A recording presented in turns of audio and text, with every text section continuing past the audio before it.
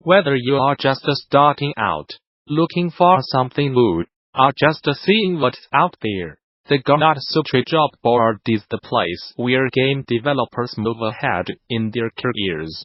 Gamasutra's job board is the most diverse, most active, and most established board of its kind in the video game industry, serving companies of all sizes, from indie to AAA.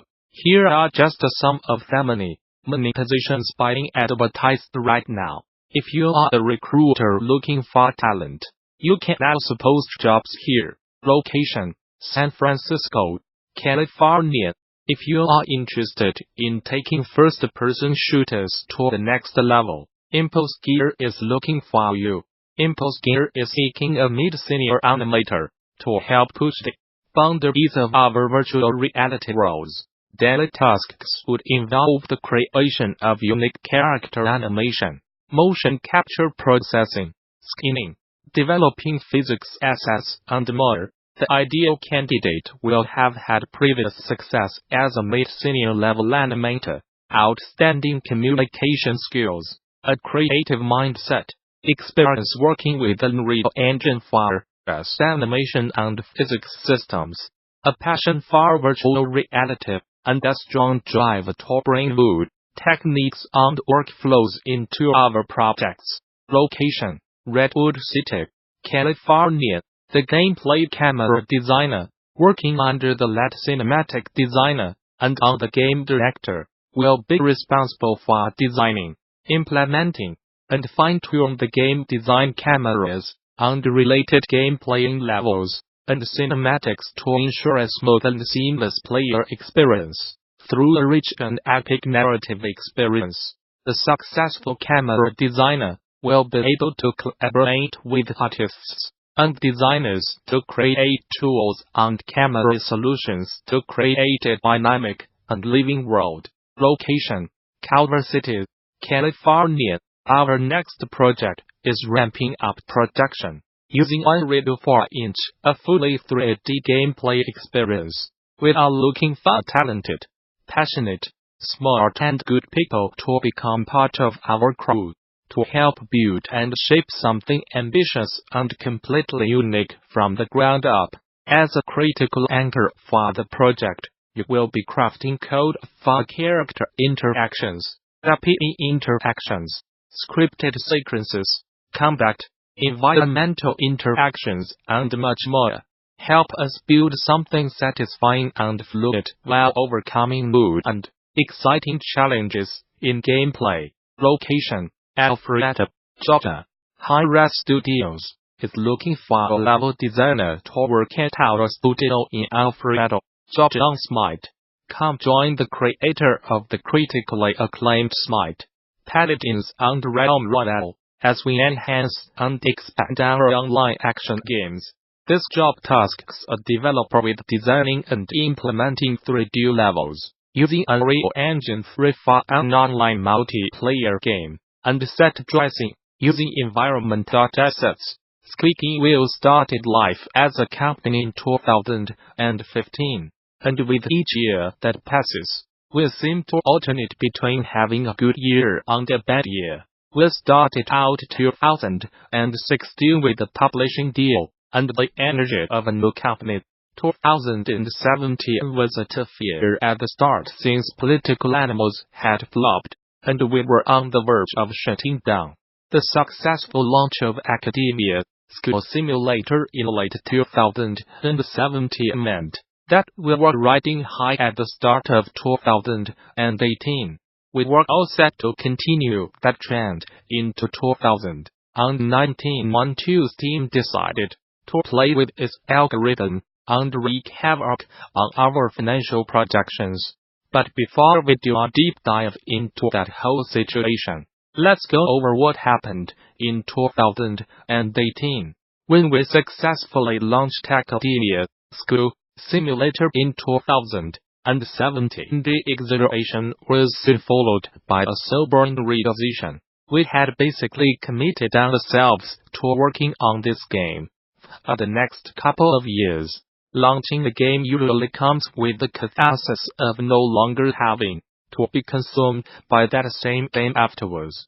But with early access you do not get that catharsis. You just kind of keep grinding on. If you do not have a set deadline, the idea of the finish line being endlessly out of reach can certainly be daunting. One solution to this is to break up development in 12 milestones, with each milestone having a set number of specific mechanics that must be finished before you can move on to the next milestone. This way you can beat the completion high that a full game gives you, and you can organize some marketing around the launch of each milestone. We sort of half-assed our alpha tour, because I pushed the team into doing it just a month or two before the actual launch. But we'll have a much better planned Alpha 3 being prepared for early 2019. I was pretty down on conventions in 2016, seeing as how we saw very little success with them while promoting political animals, despite the keen interest we saw during the actual events. There's a Gamasutra article detailing this issue with much more clarity.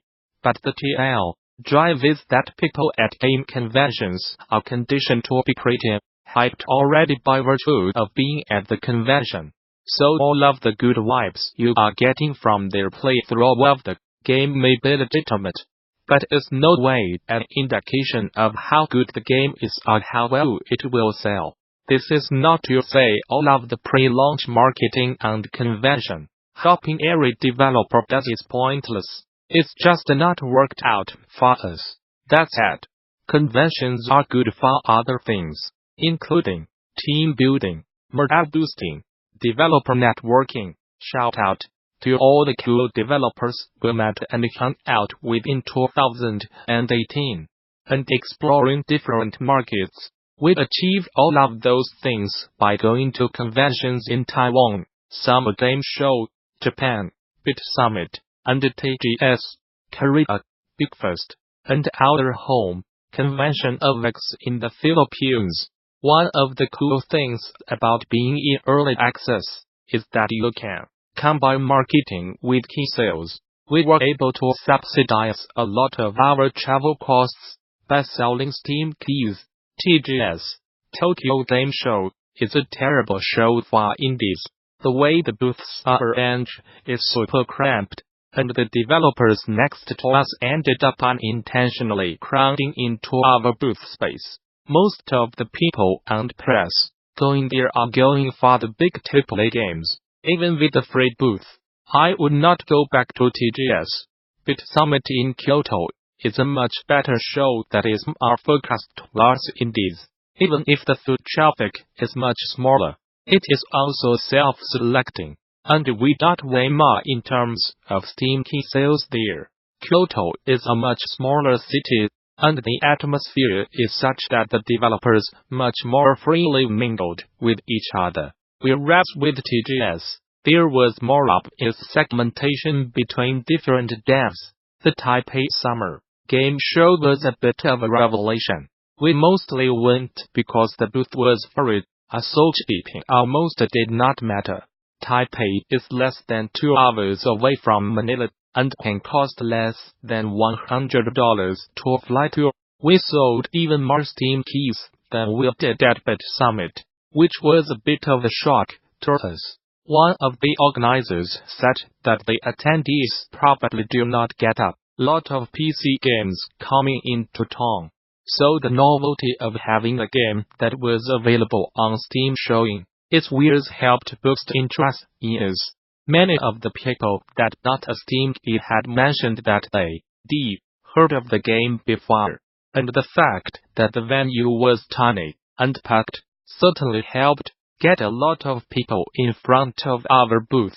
Interestingly, despite the success at selling keys, Taiwan does not rank very high in terms of our Steam Star earnings. X has become our go-to conference at home, the Philippines, and we always went into it with the lowest expectations based on our biases and understanding of local gamer culture. iGaming, driven by esports, mobile, console, and rampant piracy. We were pleasantly surprised at how many people bought Steam keys from us though, with at least one buyer refusing our discount and offering to pay full price. This leads me to be a little bit more hopeful about our local market. Although as with Taiwan, the success at the convention did not lead to any more revenue on the Steam store itself. Big Fest in Busan gets a special mention, because like Beach Summit, the indie spirit and camaraderie is strong. And if your game gets approved, they sponsor accommodation for 4 people. In May of this year, I was invited to a great conference in Budapest, called Brain Bar, to talk about, do games have a moral conscience? Well, I hardly think anyone attending the conference was gonna go out and buy political animals after seeing this panel. It was still some nice validation for our first game. Before I start talking about the bad news, I do want to take a moment to recognize how fortunate we were that, for most of this year, we were a profitable small indie studio. Jake Burkett of Grey Alien Games took a poll in November, asking if the last game you shipped covered its costs.